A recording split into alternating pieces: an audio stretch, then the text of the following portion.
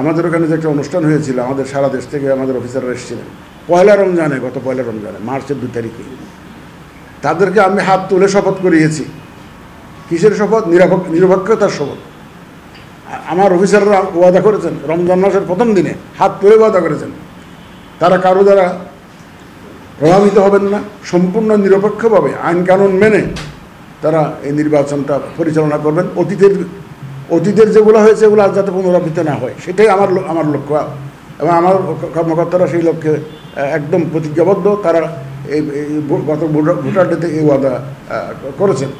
সুতরাং আমরা সম্পূর্ণ একটা নিরপেক্ষ এবং বিশ্বাসযোগ্য, গ্রহণযোগ্য নির্বাচন অনুষ্ঠানের জন্য আমরা প্রতিজ্ঞাবদ্ধ এবং সেই লক্ষ্যে আমরা কাজ করে যাচ্ছি।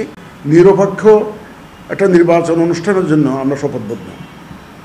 ইসি সম্পূর্ণরূপে নিরপেক্ষ একটা প্রতিষ্ঠান এখন, এবং নিরপেক্ষ আছে, নিরপেক্ষ থাকবে, সেই নিশ্চয়তা আমি জাতিকে দিতে পারি আপনাদের মাধ্যমে। এখানে কোনো ধরনের কোনো প্রভাব, কোনো ধরনের কোনো চাপের কাছে আমরা মাথা নোয়াবো না ইনশাল্লাহ, আপনাদের সহযোগিতা নিয়ে। এটা আমরা একদম সম্পূর্ণ নিরপেক্ষভাবে আমরা কাজ করছি এবং করে যাবো ইনশাল্লাহ। না, দিনের ভোট রাতে হওয়ার আর সুযোগ নেই, দিনের ভোট রাতে হওয়ার আর সুযোগ নাই। ওইটা আর সে ফিরে আসবে বলে মনে করি না, অন্তত যতদিন আমরা আছি। এটা আপনি সেই ওয়াদা তো, কারণ আমি জানি তো, বললাম তো 3 নম্বর ক্রাইটেরিয়াতে ধরা খাবো তো। 3 নম্বরটা যেটা তো এখান থেকে পার পেয়ে গেল, ওখানে তো আমার তো বয়স 73 হয়ে যাবে, আর কদিন বাঁচবো ভাই।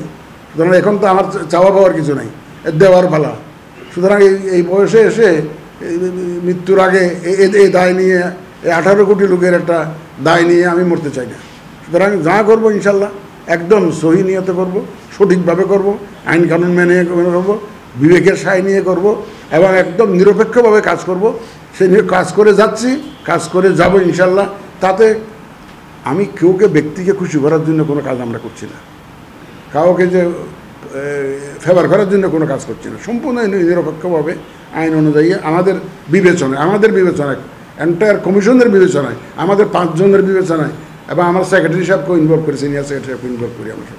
ওনারও মতামত নেই, উনি প্রশাসনে বহুদিন কাজ করেছেন, দক্ষ কর্মকর্তা, ওনারও পরামর্শ আমরা নিয়ে আমরা একদম যৌথ সিদ্ধান্ত নেই। এখানে কমিশনের 5 জনের কমিশন, 5 জন একমত না হলে আমরা কোনো সিদ্ধান্ত নেই না, এটাই। সুতরাং আর আপনি চিন্তা করতে পারেন যে ওখানে কেউ দিনের ভোট রাতে চায় না, আমাদের কমিশনারদের মধ্যে কেউ চায় না, সবাই সম্পূর্ণ বিরুদ্ধে এটার। সুতরাং আমার তো অ্যাডভান্টেজটা আছে, ওটা আর হবে না। ওই চলে যেখানে রাজনৈতিকভাবে বিতর্ক চলে সেখানে আমরা জড়িত হতে চাই না।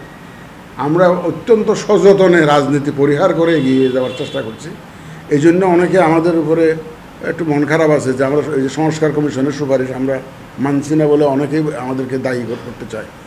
তা কিন্তু আমাদের একটা বড় ক্রাইটেরিয়া হচ্ছে যে সমস্ত সুপারিশের সাথে রাজনীতি সংশ্লিষ্ট আছে সেগুলো আমরা একটু সযত্নে পরিহার করছি।